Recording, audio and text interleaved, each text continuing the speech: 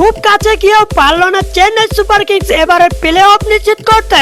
Group পর্বে নিজেদের শেষ ম্যাচে রয়্যাল চ্যালেঞ্জার্স বেঙ্গালুরুর কাছে 27 রানে হেরে এবারের আসর থেকে ছিটকে যায় চেন্নাই। এভাবে তীরে এসে তরি ডোবার পর শেষ চারে যেতে না পারার কারণ জানাতে গিয়ে মুস্তাফিজকে নিয়ে একই বলেন ক্যাপ্টেন ঋতুরাজ।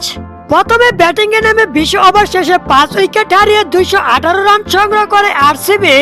জবাবে চেন্নাই 7 উইকেট হারিয়ে 191 রান করে। এতে চেন্নাই 2 পয়েন্ট হারানোর সাথে নেট রান রেটেও পিছিয়ে পড়ে বেঙ্গালুরু থেকে। চেন্নাই 201 রান করে হারলেও টিকে যেত এবারে টপ 4-এ। তাই তো ম্যাচ শেষে মুস্তাফিজকে নিয়ে মুখ খুললেন ক্যাপ্টেন ঋতুরাজ। তিনি বলেন, আমরা মুস্তাফিজকে মিস করেছি। আজ আমাদের দলে মুস্তাফিজ থাকলে ম্যাচের রেজাল্ট ভিন্ন হতো। ম্যাচটা আমরা জিততে পারতাম। মুস্তাফিজ আমাদের ডেড ওভারের সেরা বোলার ছিল। এই ম্যাচে বেঙ্গালুরু আমাদের থেকে ডেড ওভারে সবচেয়ে বেশি রান দিয়েছে, যা মুস্তাফিজ থাকলে পারতো না আরসিবি। এর আগে উদ্বোধনী ম্যাচে এক মুস্তাফিজের কাছে হেরেছিল আরসিবি।